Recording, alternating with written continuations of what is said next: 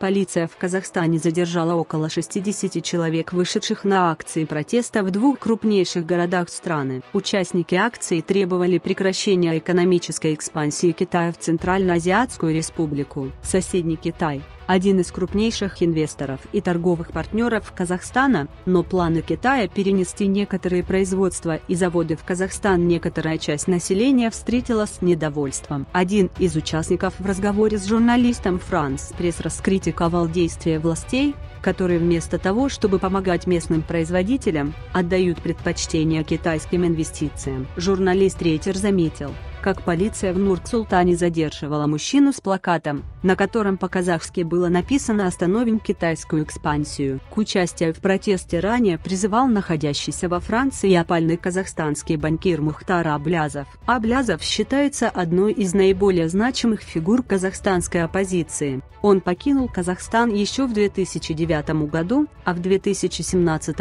году суд Алматы признал его виновным в создании преступного сообщества и хищении средств банка и приговорил к 20 годам лишения свободы заочно. Несмотря на неоднократные предупреждения прокуратуры, отдельные граждане поддались на провокационные призывы запрещенной экстремистской организации. Имея в виду созданное Аблязовым движение «Демократический выбор Казахстана», запрещенное в стране, митинг в субботу был не санкционирован властями, но, как говорят правозащитники, в Казахстане получить разрешение на проведение митингов практически невозможно. Власти находят самые разнообразные причины для отказа. На этой неделе нескольких жителей Алматы и Нур-Султана арестовали на 10 суток за участие в митингах 4 и 5 сентября. Тогда протестующие также выступали против китайских проектов в Казахстане.